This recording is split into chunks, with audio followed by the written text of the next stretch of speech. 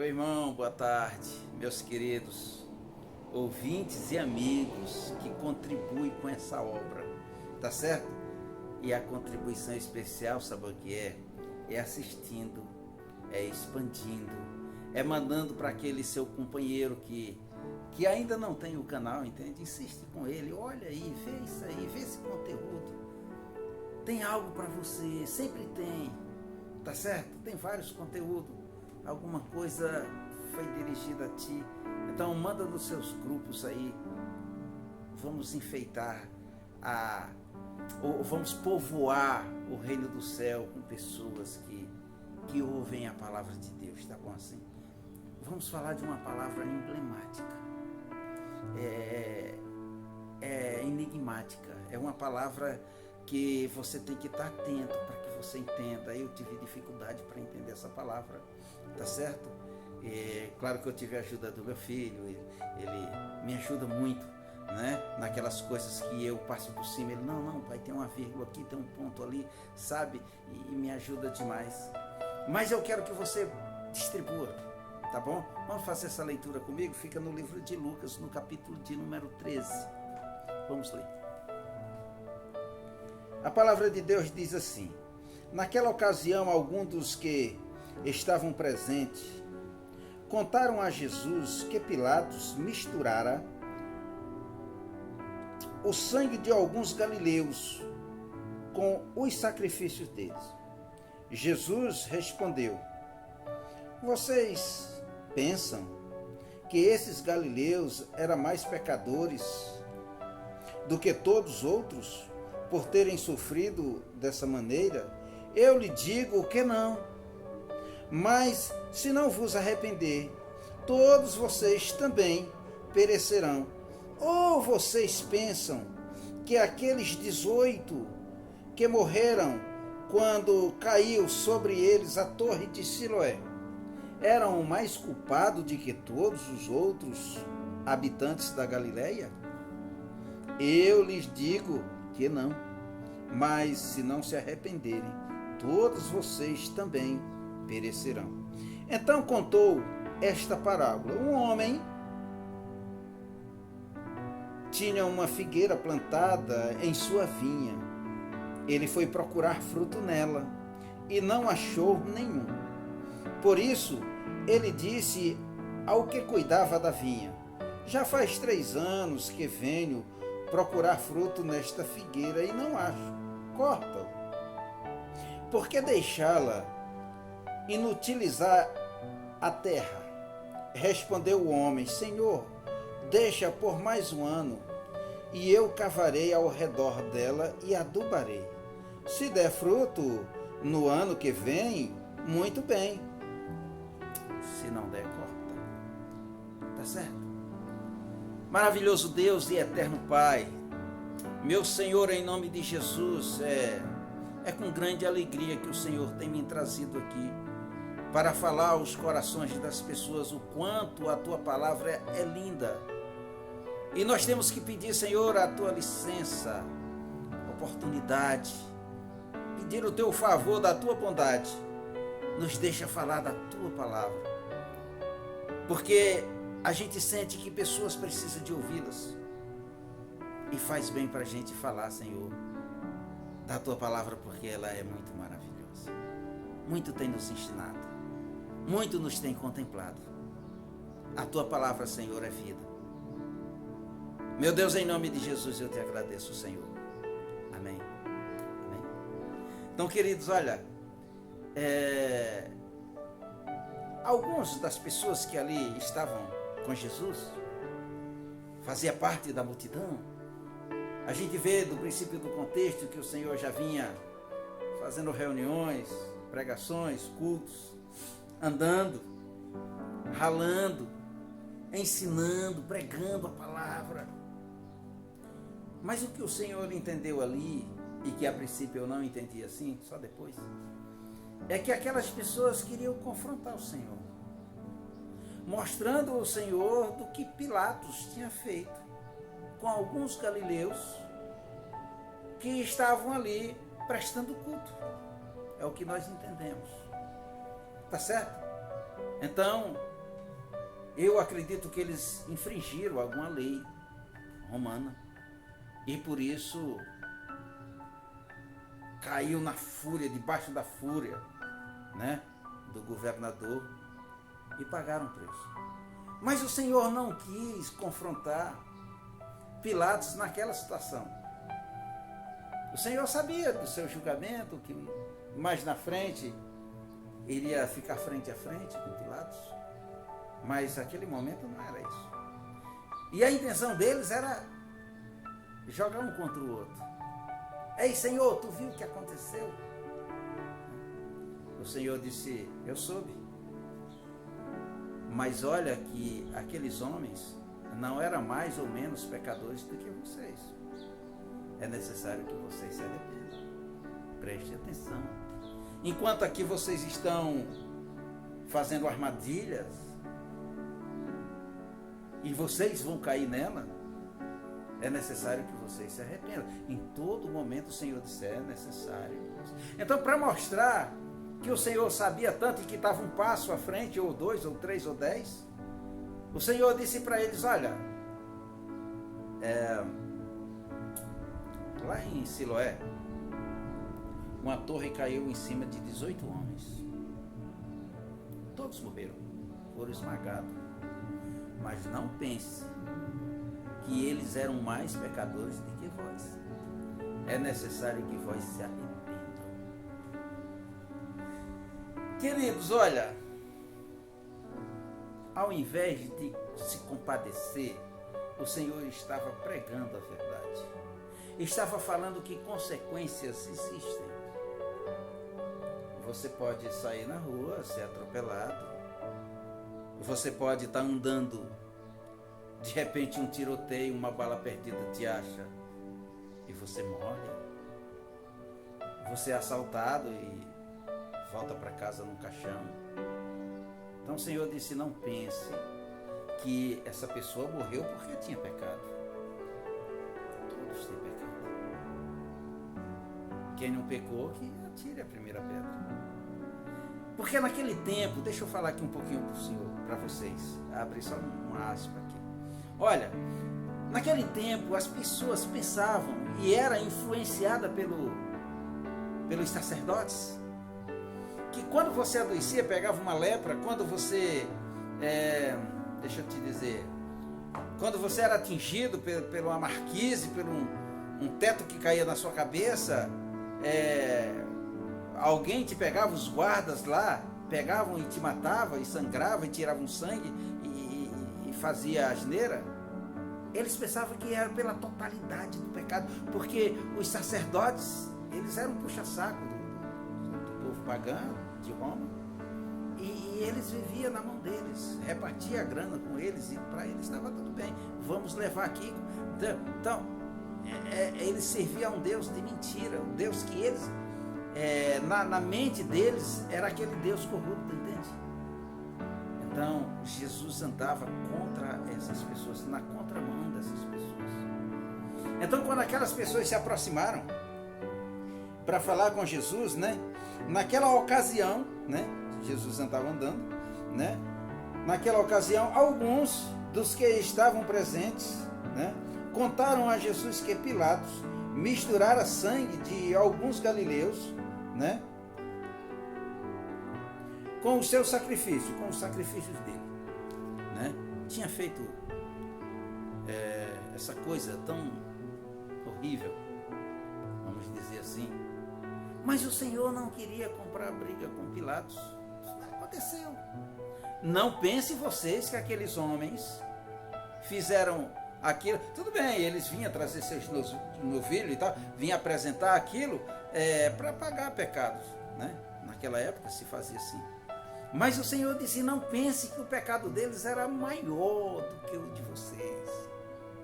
É necessário que se arrependa, né? Se você ver aqui no versículo de número 2, Jesus respondeu, vocês pensam que esses galileus eram mais pecadores do que todos os outros, por terem sofrido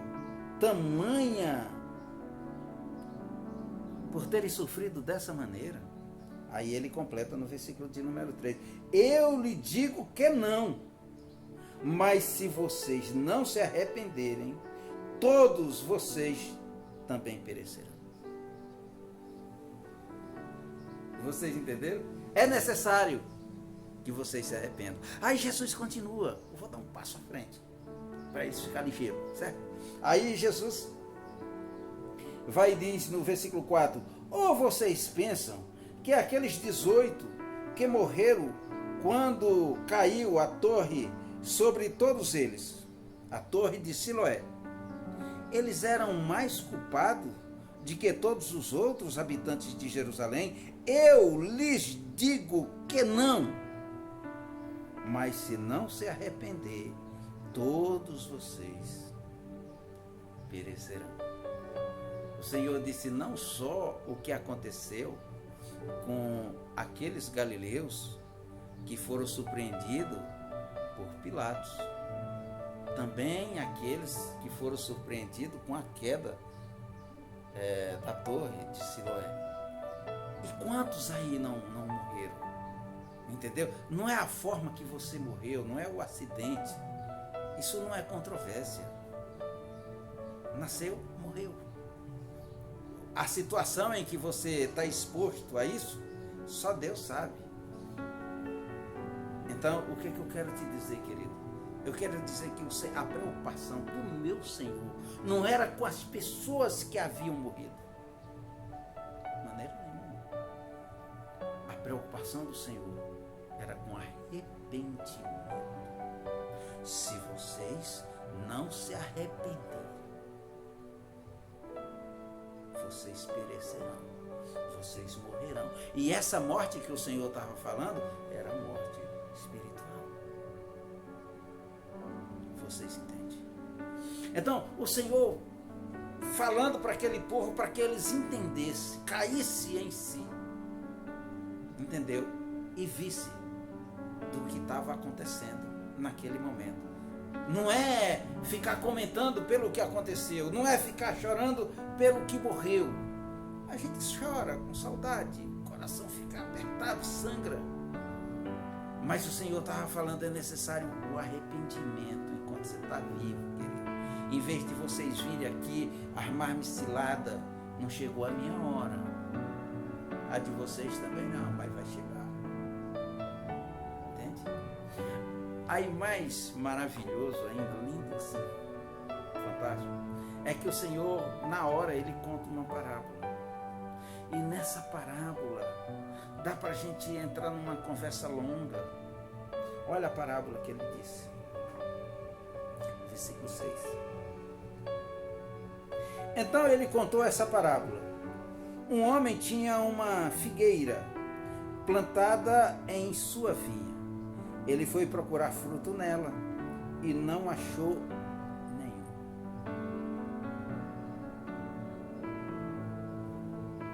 Por isso, ele disse ao que cuidava da vinha: já faz 3 anos em que eu venho procurar fruto nesta figueira e não acho.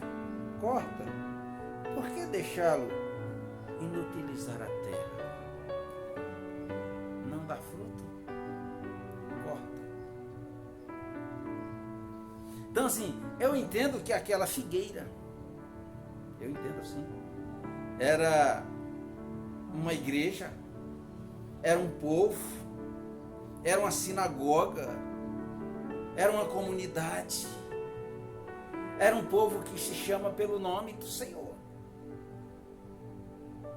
É uma vinha.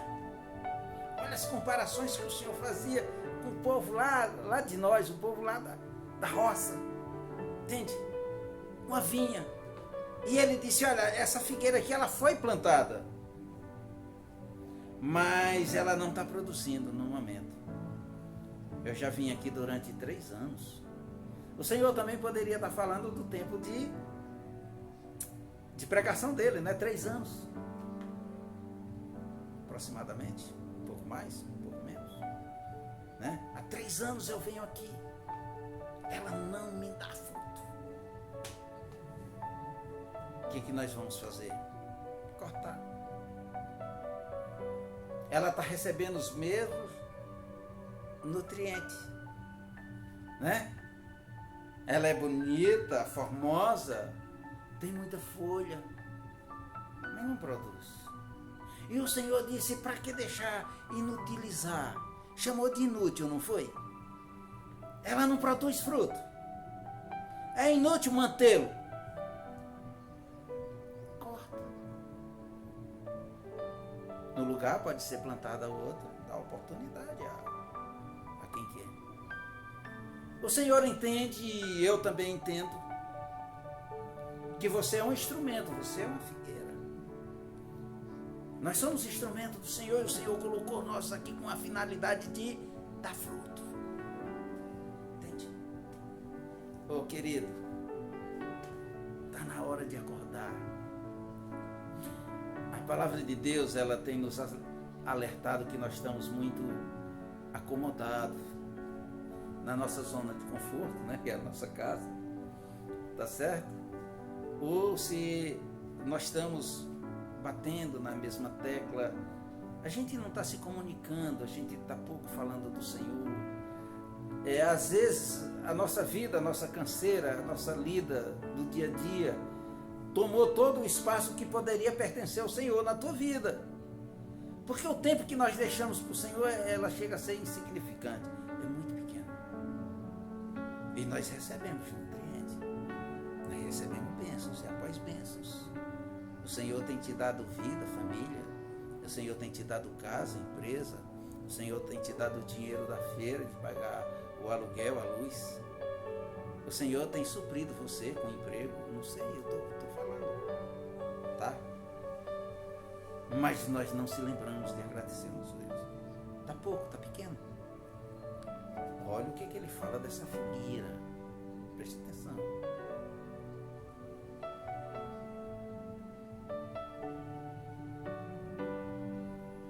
Por isso disse ao que cuidava da vinha: já que 3 anos eu venho procurar fruto nesta figueira e não acho, corta. Por que deixá-lo inutilizar a terra? Você entende? Uma vez o Senhor estava vindo, ou estava indo para Cafarnaum, e eu não lembro direito, tá bom? Mas estou te dando essa oportunidade da dúvida de você ir procurar. E ele vinha com seus discípulos, e a palavra de Deus diz que ele sentiu fome. E ele deu de cara com uma figueira muito bonita, frondosa. E a palavra de Deus diz que o Senhor foi lá, e entre as folhagens ele procurou, ele não encontrou nada para comer, para saciar a sua fome. Nem para ele, nem para os seus companheiros, as pessoas que viriam com ele. Então ele amaldiçoou aquela figueira. Ela secou até a raiz. Os apóstolos e discípulos que andavam com ele, mas toda a multidão, ficaram admirados, atônitos. Eita, que tamanha fé, como é que ele faz isso? Entende? Porque ela tinha folhas, era frondosa, era bonita, tinha aparência, mas não tinha fruto. Isso não é desculpa para o Senhor. É necessário que você produza. É necessário que você tenha um rendimento. Você recebe nutrientes, você recebe chuva, o sol do Senhor. Você tem uma palavra, mas você não produz.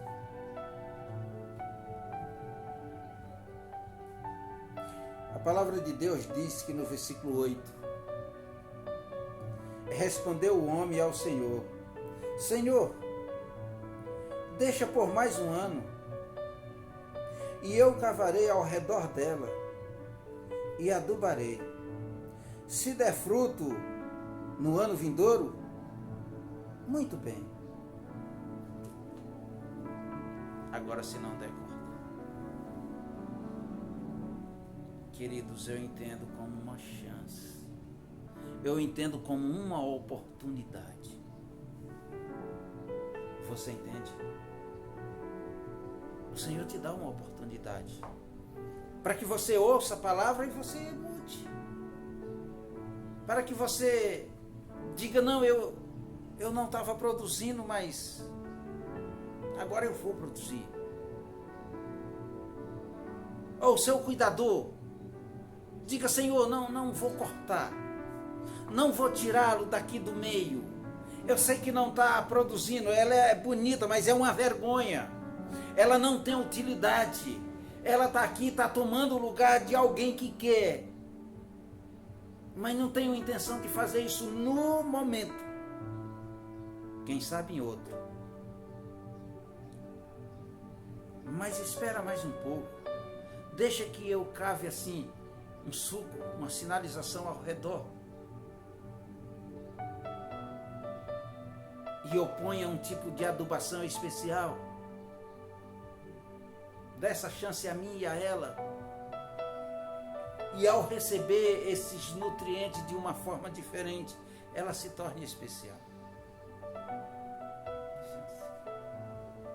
Sabe o Senhor, né?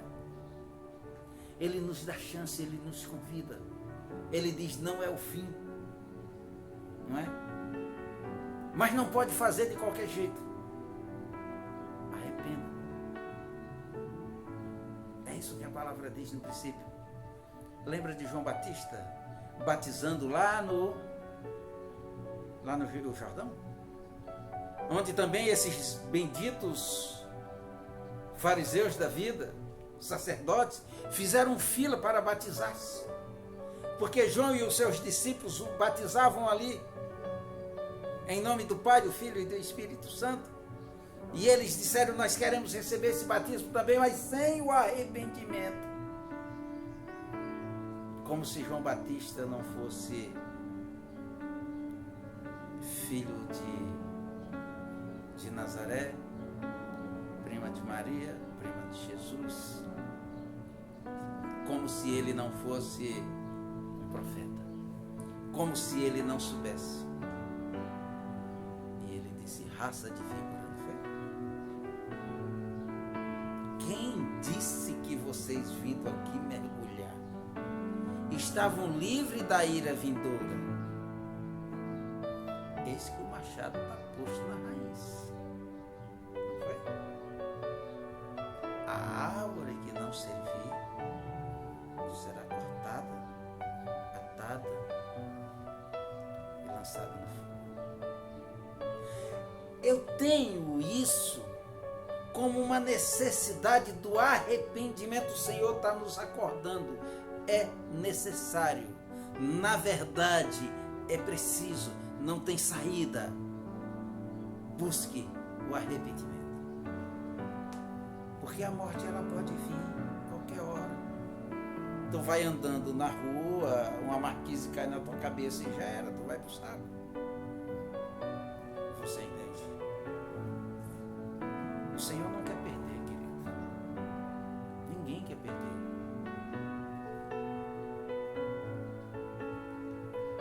O seu sacrifício que Ele fez na cruz, Ele não pode ser esquecido. Não é de graça aquilo. O Senhor ter sido julgado por um bando de mercenário. O Senhor vai seguindo até o caminho do Gólgota. Lá o Senhor é pregado na cruz como um malfeitor, no meio de dois ladrões.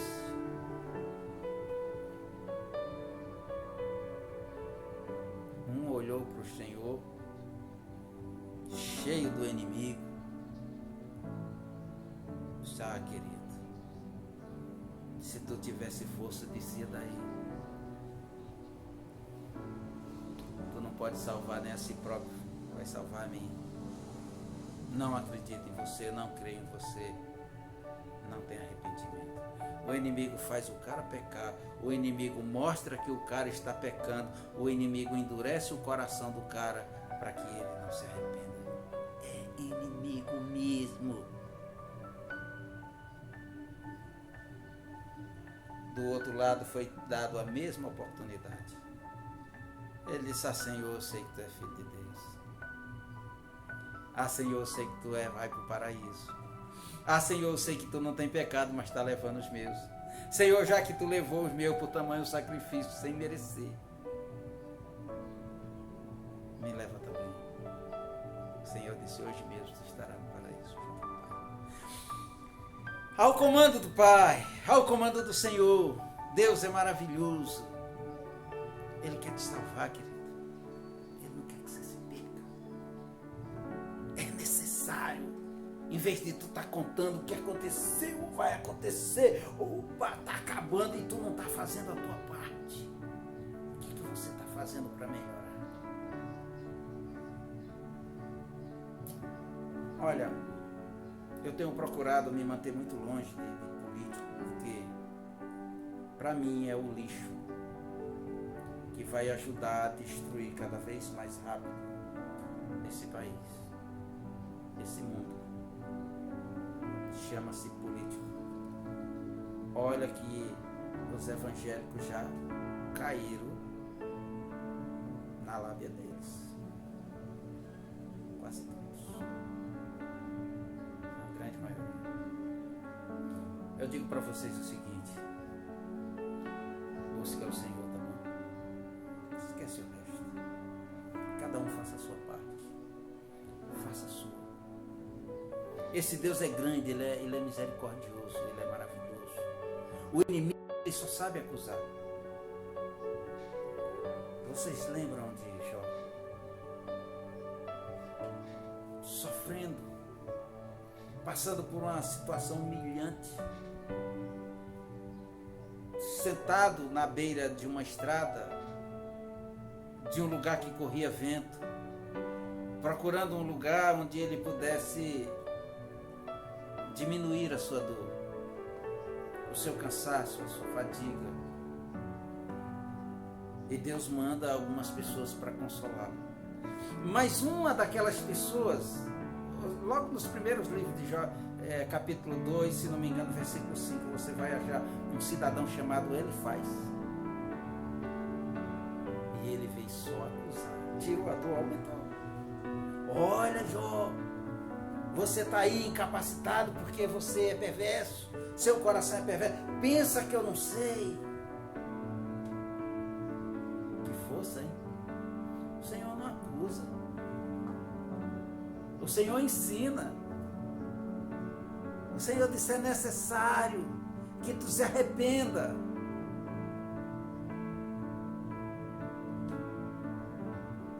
Entendeu? Último versículo para encerrar.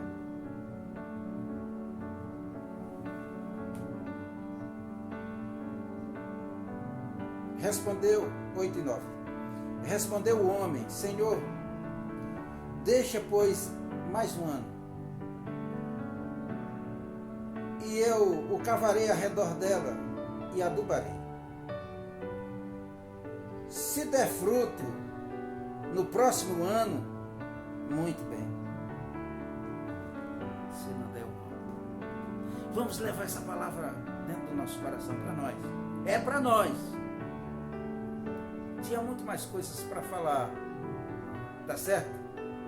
Mas a intenção aqui é só deixar aceso a sua mente, para que você vá buscar dentro da Bíblia conforto para o seu espírito, tá bom? Não se acomoda.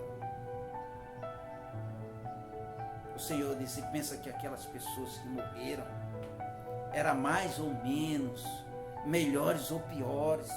Não é o tipo de acidente, não é como acontece. Ô querido, lembra de João Batista? Eu falei nele, não foi? Ele falou para Herodes que ele era um adúltero. Herodes pegou o cara, levou lá para uma prisão, a pior que tinha. Se está preso é ruim. E na pior, Aí o cara estava lá agonizando. A palavra de Deus disse que ele já tinha se tornado até esquecido. Foi jogado lá com os ratos. Pensa na situação. Aí no dia da celebração de uma festa, o cara estava cheio da pinga. Um adúltero. Mandou degolar.